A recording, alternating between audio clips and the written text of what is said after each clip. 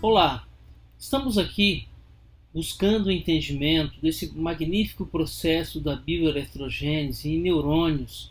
E nas aulas anteriores, você entendeu o que vem a ser o potencial de equilíbrio de um íon e também aprendeu a calcular esse potencial de equilíbrio do íon através da equação de Nernst.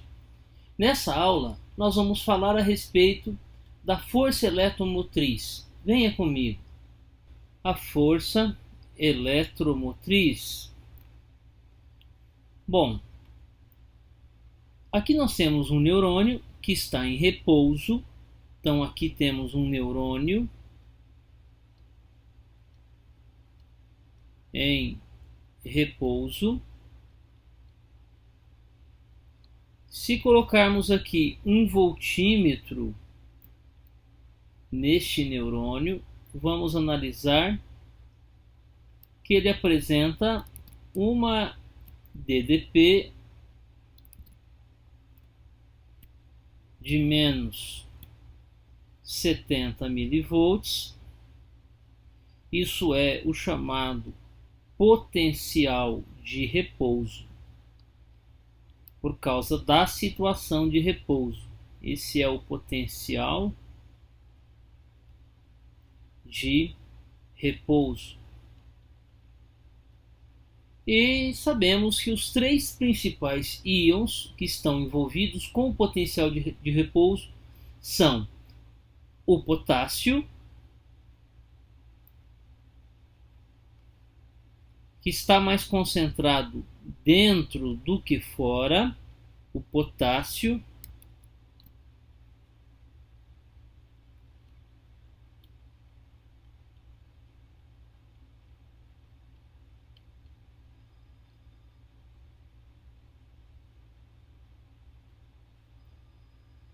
o sódio, mais concentrado fora do que dentro, e o cloreto, mais concentrado fora do que dentro. Esses são os três principais íons envolvidos com a formação, a gênese do potencial de repouso. Sabemos que esses íons eles precisam de canais para que atravessem a membrana. Aqui o cloreto e o sódio tendem a entrar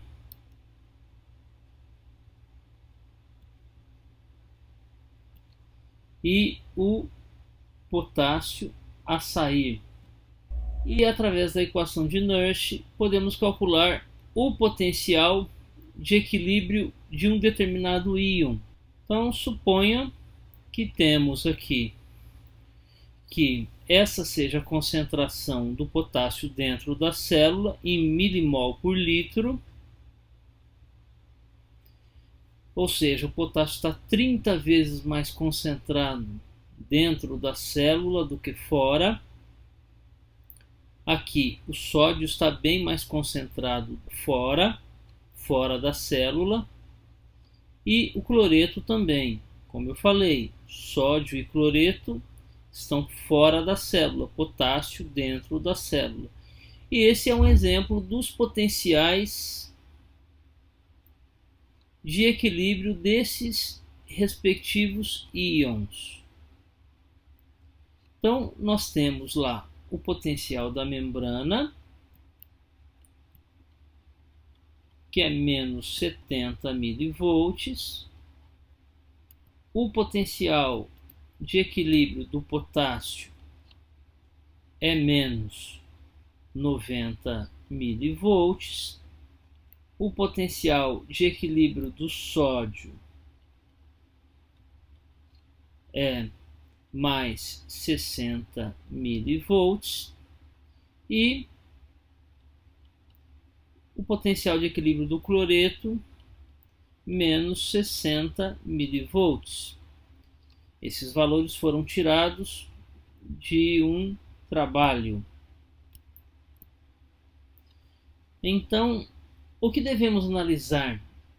A força eletromotriz, ela será a diferença entre o potencial da membrana em questão, menos 70, com a diferença entre a força eletromotriz. A força eletromotriz, ela nada mais é do que a diferença entre o potencial da membrana com o potencial de equilíbrio do íon.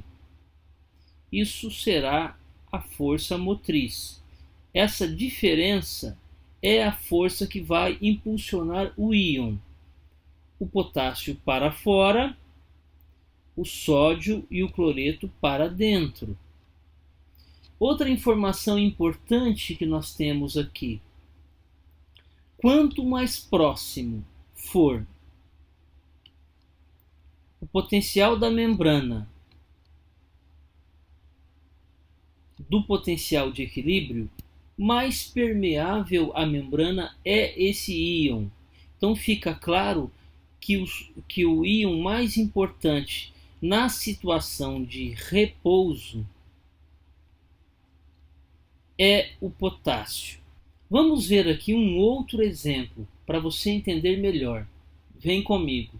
Se temos uma célula em repouso, temos um potencial de repouso, chamaremos esse potencial de Vm.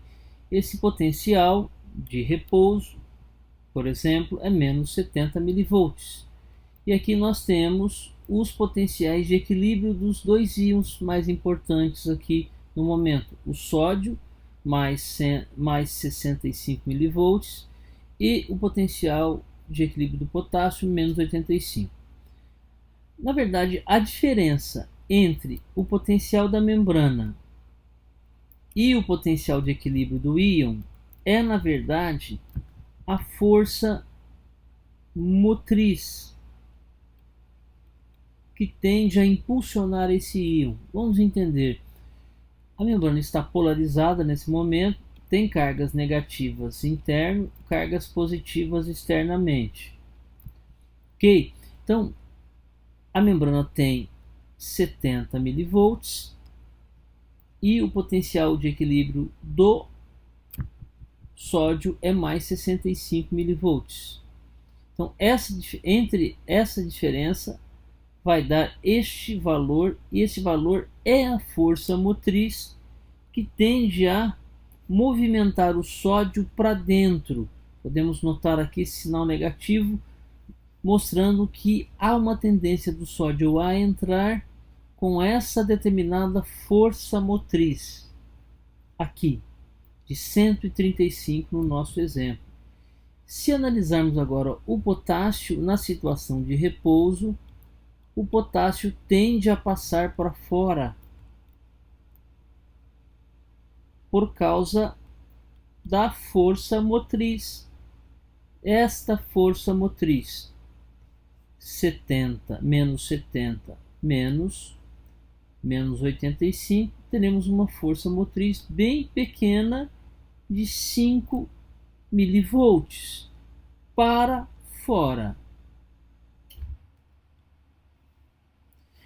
Então, entendemos nesse momento um conceito que é bastante difícil, mas que nos leva a entender o movimento das cargas e a geração de sinais nas membranas dos neurônios.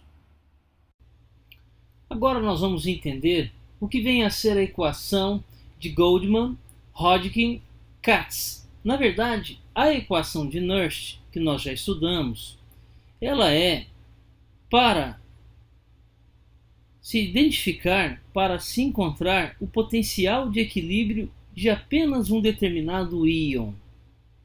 O potássio, o sódio, o cloreto, o cálcio. A equação de Nernst, então, ela é para apenas um íon, mas sabemos que não é apenas um íon que tem contribuição sobre os potenciais da membrana. Então, a equação de Goldman, Hodgkin e Katz, ela vem mostrar a contribuição dos vários íons através da membrana num determinado momento. Então aqui nós temos o potencial da membrana, por exemplo, menos 70 milivolts, através de um voltímetro, um neurônio em repouso, esse é o potencial de repouso, e neste momento sabemos que 3 íons estão envolvidos na gênese do potencial de repouso. O mais importante é o potássio. Aqui temos o potássio. Na verdade, essa equação é uma extensão da equação de Nernst. Isso aqui nada mais é do que aquelas constantes para 37 graus, que é a temperatura do nosso corpo. Isso tem um valor de 61, né? E essa é a contribuição do potássio. Esse P é a permeabilidade do potássio, a diferença de concentração de fora do extra para o intra, aqui para o potássio, aqui para o sódio e aqui para o cloreto. Nesse momento, então, esses são os 3 íons mais importantes no momento de repouso da célula, no momento do potencial de repouso de menos 70 milivolts.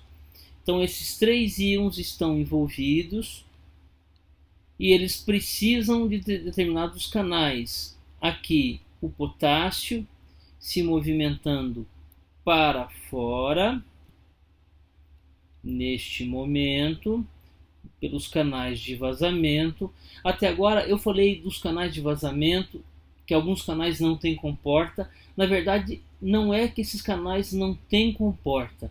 Eles são ditos sem comporta pelo fato de eles permanecerem abertos durante o repouso celular. Mas, na verdade, eles apresentam sim comporta, porém, eles são ditos sem comporta por essa razão, de estarem abertos nesse momento do repouso celular. E aqui, apesar dos canais de sódio estarem fechados, neste momento, há um determinado vazamento deste sódio muito pequeno neste momento, mas muito pequeno. Então há uma contribuição, sim, porque podemos imaginar que o potencial de equilíbrio do potássio, por exemplo, seja menos 90 milivolts, mas a membrana tem menos 70 milivolts. Por que não é igual? Porque não é apenas o potássio que está atravessando a membrana no momento de repouso.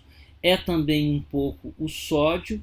O sódio tem um potencial de equilíbrio, por exemplo, de mais 60, mais 64 milivolts. E também há uma presença do cloro também se movimentando aqui, apesar que os canais de cloro estejam fechados, mas também o cloro também pode atravessar a membrana em pequenas quantidades nesse momento para dentro. Então o cloreto, o cloreto tem uma contribuição juntamente com o potássio. A importância maior nesse momento é do potássio. Por isso que o potencial da membrana, menos 70 milivolts, é próximo do potássio. Ok? Então, entraremos agora na próxima aula entendendo o que é o potencial, melhor o que é o potencial de repouso.